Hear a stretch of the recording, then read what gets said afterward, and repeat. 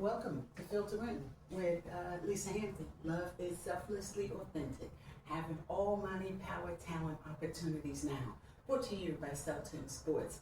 Listen, you saw the game last night. I don't need to waste time trying to give you necessarily a recap, but for the sole purpose of this being an opportunity to present an analytical side. Some people have been asking, where's the person that used to post online during the NC2A games and the finals of 2023 and 2024? So I said I'll revisit that. And I did. If you follow us under Lisa Hampton _, you will actually see there where there was some Flanagan post. You'll also see a picture of me with orange hair. Of course, you know I'm a native New Yorker, so the love has to always be there.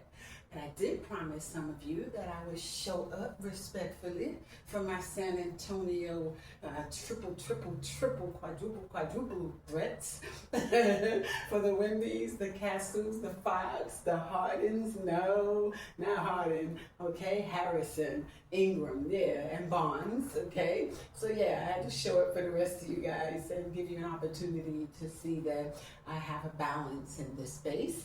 I call them the future Dynasty, and indeed last night we saw them take on the New York Knicks on a world stage. The largest stage and platform for basketball is the NBA Finals. And did they do that? Did they give everyone an opportunity to see why they deserve to be there? And it wasn't just the Wemby show, respectfully. It definitely was Stephon Castle, it was Fox, but it was that rookie Harper, right? Imagine that. You show the world that you're Ron Harper's son. I mean, there's a lot of talk about you going to play for the Philippines to represent them in the Olympics, because you want to show respect and homage to your mother's side of the family. And I understand that, but you're a U.S. citizen, born, fed, and bred on U.S. soil, right? As was your father, and the benefit of your mother and her ancestors from the Philippines. And so Team USA is what it should be. But you definitely demonstrated the genes that run through your veins is Ron Harper, a 5-time NBA champion himself. You wore that name, and I'm sure you made your father proud. Y'all may have taken an L on the loss, but notwithstanding, 16 points for a rookie, first time on a world platform, and you showed up. And big ups to you. 17 points for Stephon Castle. And we already know what Wemby came to do. It was indeed a Wemby show. But overall, the entire team showed up. From Cornette, hello Cornette. That's our moral character for the San Antonio Spurs. We remember what he did for us in terms of evaluating Magic City versus Orlando. Yeah, okay, figure that one out. It was the Atlanta Hawks trying to position Magic City dancers to pay homage to that as a franchise night event. Nevertheless, Hornets showed up, and I'm glad that Vanderbilt constantly throughout the evening let the world know that he is Vandy and that he was definitely deserving of being recognized. We saw what he did in the game for OKC, and so as a result of that, he definitely showed us why he deserves to remain on the team. Who is not there is Chris Paul. Can you imagine making a decision to retire, and upon retiring, the team that you once played for actually goes to the NBA Finals? They hit that dance floor, and indeed they did. But it's something to be said. Would they have, in fact, made it to the NBA Finals with Chris Paul? I say that respectfully, now that you're retired. But we'll see you again. You'll be making it into the Hall of Fame. The last couple of selections put them in the Hall of Shame. I mean, I love Carmelo Anthony. He's a bona fide New York Knicks player. But Hall of Fame, I don't think he was ready for that, especially not before Stephon Starbury, okay, or even Rodney Strickland, respectfully, Mark Jackson. But, what do I know? Nevertheless, notwithstanding that, it definitely was a San Antonio Spurs show last night. You say, well, how could that be? Lisa, they lost. They showed up. They showed up. And they gave everyone every understanding as to why they're there and how they got there. And I say this respectfully. The fact that the New York Knicks was able to win by 10 points, and we'll go through that, speaks value, because I had been saying throughout the playoff series that the New York Knicks didn't have enough competition to be able to establish why they should, in fact, have been there, right? The Atlanta Hawks, sweep. Philadelphia 76, sweep. But but now you're there with San Antonio, who's had to go up against Shy. Okay, imagine that, right? Okay, so the fact that they were able to take on the Thunder, and bring some rain to their fan base through tears, the fact that they didn't get there, it speaks value to San Antonio's ability. So the fact that the New York Knicks were able to win and execute a game plan that was effective, there's no doubt that Coach Brown understood exactly what San Antonio was going to do. But how they lost a 13-point lead is a concern to me on so many different levels. One particularly being the fact that they had maintained a momentum throughout the first half. And I had said that after halftime, Coach Brown and the rest of the staff, offense and defense, will have an opportunity to sit down and have a heart-to-heart with the New York Knicks in the locker room during halftime, and that we're going to see a different Knicks when they return to the dance floor. And indeed we did. Once I saw Hart do an alley-oop, I said, they're very comfortable right now, and this game is over. When you start bringing a little bit of playground action to the NBA Finals, you're comfortable in your spot, and they were. There were a couple of things that they did that enabled them to execute the plans they did. It was at best a transition clinic hosted by no one other than the New York Knicks for the world to see.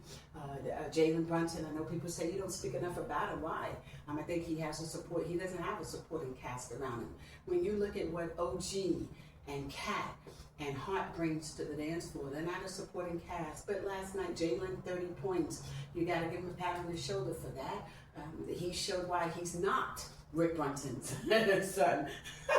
Rick had to ride the bench during the 1999 NBA Finals against the Spurs. Jalen hits the dance floor as a starter. Respect, respect. That being said,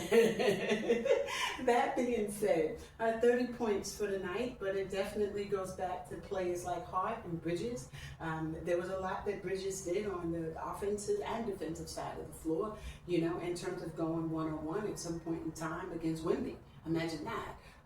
A couple of shots being able to effectively block. Where they were successful is they locked down the perimeter in the fourth quarter, basically holding San Antonio to just 2 3-point shots. Coach Brown knew this is the direction they're going to go. They're going to basically work outside the perimeter. If we can shut them down there, and we know they're not trying to go into the paint, and then that's basically how they won. They were effective in locking down the perimeter in the fourth quarter. I was surprised when I saw the score jump in 86, then to 92, then to 97. By the time they surpassed 97, I said, this is over. If you remember in 1999, game one, the score was 77 to 89. A low scoring game, right? This was also pretty much relatively a low scoring game initially, and I thought it was going to stay in that direction. It did not. New York was able to deliver in the third with an emphasis on the fourth quarter through their execution, and so hey, big ups to them for that. And I always give that love to the Clydes of the world, because it was in 1973 when he signed that deal with Puma that he actually brought to New York a different flavor, and our air, right? Like Craig Mack tag. And so we were able to enjoy that. For all of those, including in my own immediate family that are not here to see their beloved New York Knicks take on any team respectfully in the finals, we take a moment of silence for them. I really do. There's so many that are not here. Anthony Wolf Jones is not here from the Bronx. Parents are not here on either side. There are a lot of people that were there in the 1990s that were supported courtside. Say what you want about Sean Combs and Jay-Z. I get it, I understand that. But they were there front and center. The hip-hop community was very supportive. Then Allen Iverson now had been 6 years in the league. All eyes were still on him. 2 years out of the deaths of Biggie and Tupac, and the New York Knicks hits the dance floor. Win or lose, they hit that floor. So it did something for the momentum of New York City, for the culture, respectfully. There are some great concerns that I have, from the sociology perspective, and that is the outpricing and outsourcing of the tickets that make it almost impossible for the beloved New York City fans to have an opportunity to engage. And while I do know that Madison Square Garden was open to the public, I think it should have been done by maybe a lottery to allow for families to even have to pay as much as $50 to $100 to watch a game in the arena. It's unconscionable, MSG. It really is. Notwithstanding the manpower and the money that it took NYPD to man that space for that time. Nevertheless, I think it could have been an opportunity for the mayor of New York to do what he did for NBA fans, what he did, for soccer fans in New York. Look what group most follows that, okay? I'm just trying to say something, Mayor, respectfully. You didn't do for the New York City basketball community, the urban corridor that voted you into office, what you did for soccer players and the soccer fans. You negotiated with MetLife Stadium for about 1,000 tickets at $50 each, and it wasn't for a watch party. So I would have liked for you to have basically done something similar for the fans of New York. Who cares that you signed an executive order that would allow for children to stay up late? And that's a different conversation, but it's for now. That maybe the NBA could, instead of waiting until 8:30, have an early game. And I do understand when you're looking at the different time zones, but what would it have hurt to allow for the games to be played?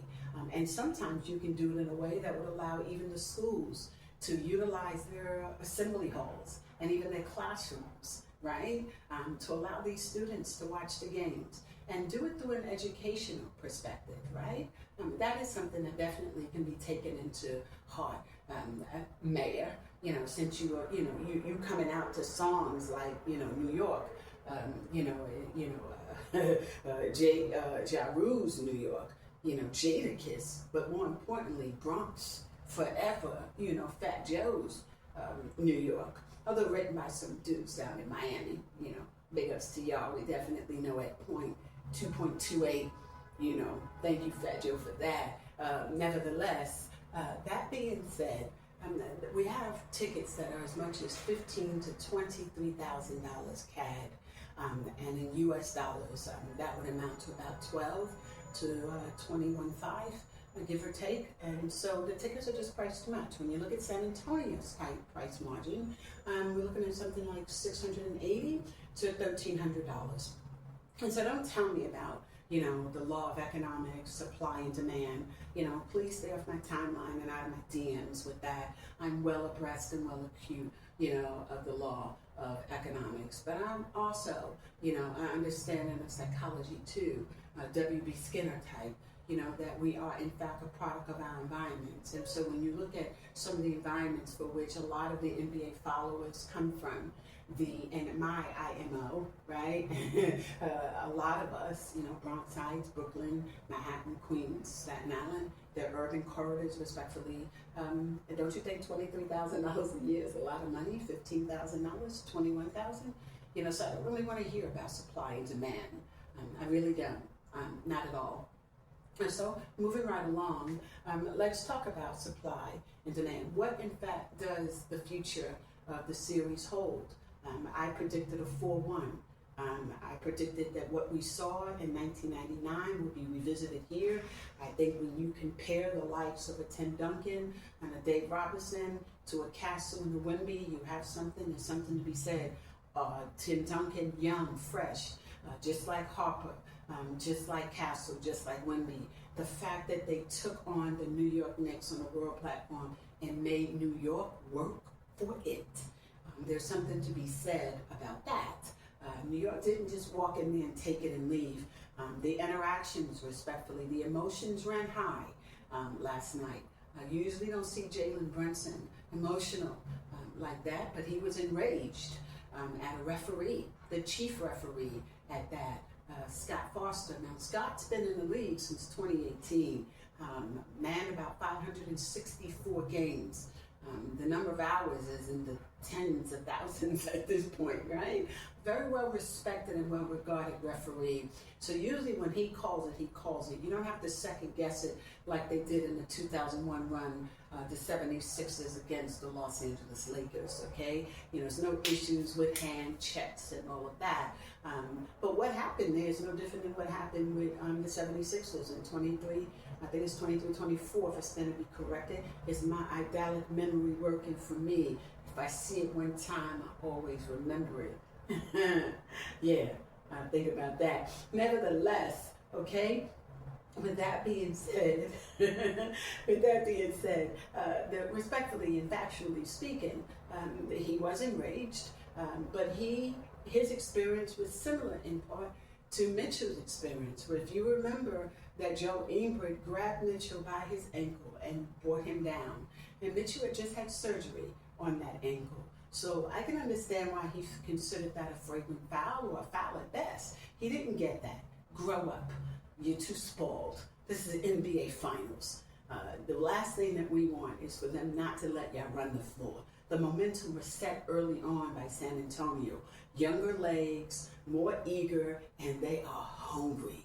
Okay? And they do, in fact, have the experience for this. Castle's been on the world platform as it pertains to him participating in the Olympics. And so you don't have a team that knows nothing about what it means for the world to be watching them. And in comparison, San Antonio is a much smaller market, respectfully, than a New York Knicks market. So it's definitely something to stay tuned to here in Montreal, Quebec. There will be a NBA house hosted on Friday and again on Monday. And as you do know that here in Montreal, it is a French-speaking province. And so as a result, that there will be some special homage, I'm sure, paid to France. A lot of Francophones here. And so it makes sense that Montreal, Quebec is going to be hosting the NBA house. And I hope to be at least one or two of them, maybe one or two. And so, yeah, let's see what happens there. Talking about the Olympics, everybody this week has been, giving so much praise to our Stephen Curry with respect in regard to this deal that he negotiated. It's sad but true. A lot of people just looking at the $100 billion, at least that's what it sounds like, right? But let's talk some real facts and numbers. We know that in 2013, he received the $4 million sign-in to initially his first sneaker deal, right? And so why is that important? Because there are many who are saying that the $100 billion deal is definitely something he could not have gotten had he done business with a U.S. company.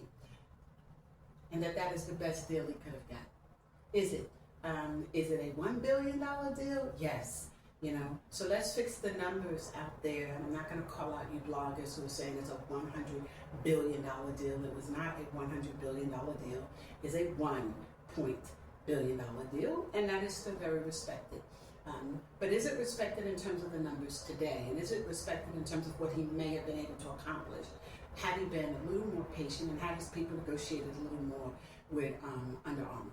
And let's talk some facts. 2013, a $4 million. By a few years, 2015, he now has a $215 million deal. By 2023, the numbers increased to $8 million for that single year, but it included a stock option worth $75 million. Put those numbers together, and you're looking at about a $300+ million deal negotiated over a 12-year period. So ideally, when you compare those numbers respectfully to a $1 billion deal over 10 years, you say he improved in negotiations, but did he? You talk about the Olympics, as I just mentioned. What is the difference between Curry and Li-Ning? Lee is an Olympic gymnast. Curry's an Olympic gold medalist for basketball. Ling has amassed his own wealth, and so has Curry. Ling has a world brand because of players like Curry. But Curry is a world brand because of Curry. What is that, 4 or 5 chips now, right? I think he's more at 4. I don't think he hit 5 yet. They didn't win on the 5th one, respectfully. So you have 4 chips. Okay, Golden State Warriors, a smaller market like a San Antonio, but nevertheless, in terms of jerseys and NBA merch, he is one of the highest selling jerseys. The closest to him is a team, and that's the New York Knicks. Imagine that. But you know, I sadly and respectfully say I never wore a jersey. I didn't get one. Nevertheless, in New York, I don't see a lot of us walking around with Golden State Warrior jerseys, but he does have and hold the title for on an individual basis. Now, Wemby has it for the global market. Okay, so we talk facts and numbers. You know, sports is more than a game; it's a business. So, and I look at the 215 to 300 million that he amassed from the sneaker deals acquired in the U.S. market. Initially starting out, I think he took on Nike and then it became Under Armour, and that became the better deal. Under that, he developed the Curry brand, similar to Michael Jordan. Michael Jordan has the footprint, or the blueprint, if you will, in the space of sneaker deals, created an Air Jordan brand with the help of that wife, Juanita, okay? You're wondering why she clocked what she did in her divorce proceedings. At the time that she met him in marriage, she worked for one of the largest Black-owned and operated marketing companies. And so, yeah, advertising companies. And so she attributed a lot to the Jordan campaign, and so did a photographer. The actual photo that they used came from a photographer who did not copyright it, unfortunately, and didn't trademark it later on when he went to take it. He took photos for Time, New York Times, Time Magazine, and a host of other reputables at that time and in that era. Nevertheless, it is that blueprint that has set the stage. And then you have, in terms of annuities, the Allen Iverson Reebok deal that set the stage, respectfully, for how to get lifetime payouts. And then now we look to what LeBron's deal is with Nike. And so these are the three that we always have to respect in terms of, if you're going to look through the business lens of it, where are all of them learning from? And so what are they going to learn from the Curry's deal? That we need to take what we do out of the United States, that we need to give money to China, respectfully. We know that 99% of our foot apparel for the sports industry, that is, are manufactured in China. We also know with that comes allegations of slave labor, human rights violations, and a host of others. But if we look at it just through the lens of what could Curry have done for himself, looking at the similarities, respectfully, between him and Li-Ning, one would say, why? Why would you need to go to him? That puts him in an independent contractor status, not as an owner, respectfully. And I know in the Black community, we're like, oh, he's making $1 billion. But for those who know numbers, we respectfully know that Curry may have done and could have done and would have fared better had he maybe renegotiated or maybe brought in some different negotiators to help him kind of sift through what was happening with him and Armour. He walks away from that deal with Armour, however, with the Curry brand. But what does that look like? What does that mean? Will Americans go out their way to support the Chinese economy, given the politics? We do know that our President Trump had a meeting in China. We do also know that there was an executive order to amend the tariffs following the Supreme Court of the United States decision. So we understand that there are some steps being taken in that space. But a tariff is a tariff is a tariff. And you're giving business to a country that's not American. And so you get the gold from us, you get the chips from us, but then you send the business outside of us. And so, we respect what he's done, but I feel brokenhearted. I was expecting our Curry, to sprinkle some finesse on this deal and show to the world that he could do something different. And I get it. He sort of incorporated and created an intersectionality to create a global brand for himself.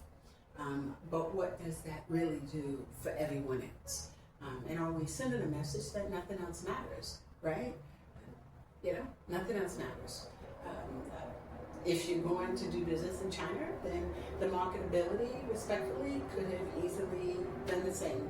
Meaning, if you did it on your own, just like Lee did, Lee had the backing of China at a time in 1989 where no one was really supporting their economy. They were trying to look for ways to build that economy.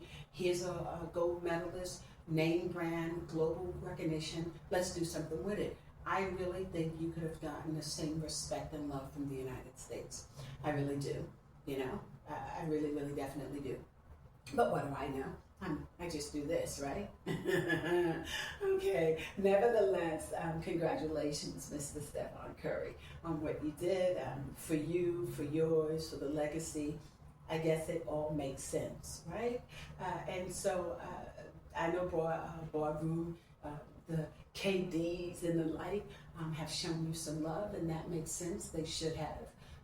They definitely should have, he and Rich, bringing it to the attention through a business lens and a business perspective. But then, you know, I look at it through my own lens and listen to what everyone else is saying about that. And then in doing that and in doing so, I still say the same thing. You could have done something different. You could have literally created not just simply a Curry brand where you're under a 10-year deal where someone's giving you the payout. You could have put yourself in an entirely different position and you would have gotten paid in the long run. You could have done what Lee did. But nevertheless, congratulations on that deal. I get it. But let me put this out there. A lot of people act like Lee's deal just kind of popped up. D. Wade had a deal under him, as does Jimmy Butler. Shaquille O'Neal, by the way, also had a deal with Lee. And so, you know, Curry's not the first one, respectfully, to be an athlete who was signed by Li-Ning. We do have a few players in the league, Van Fleet, another one. And so, yeah, okay. So, what are we looking for going forward? I'm going to suit up and do something different. I now wore the colors for San Antonio. I wore my colors for the New York Knicks. I think what I'll do differently is kind of show some respect to how we got there. So don't be surprised if you see me wearing a pair of Pumas next time, you know, showing that love to the New York Knicks as a home team. But in terms of the team that I see creating the future of a Draymond, a Curry, and a Thompson, I definitely see that Harper, Castle, and Wemby. Thank you for joining me today. Filled to rim, Lisa Hampton. Love is selflessly authentic, having all money, power, talent, opportunities now, representing the boogie down forever. Listen, I want to say this real quick. I want to give special thanks to NBA legend Kenny Anderson. Okay, now I don't support Starbucks when I'm here, respectfully. In New York, yes, I do. When I'm here and in Quebec, I do Tim Horton because I am by heart a Dunkin' Donuts girl. And so it has been Kenny Anderson who has been posting regularly for months now to support Starbucks and to drink Starbucks and what he does for Starbucks. And so it constantly pops up on my timeline, right? And so I decided I'm going to bypass Tim Hortons and I'm going to go to Starbucks. And I did. And I did the Starbucks here on Mount Royal. And so I went there and I had a great time. Very customer service oriented. Menu isn't French. I took a video, I put it online. And so yeah, MTL blog and Montreal Foodies and Starbucks Canada.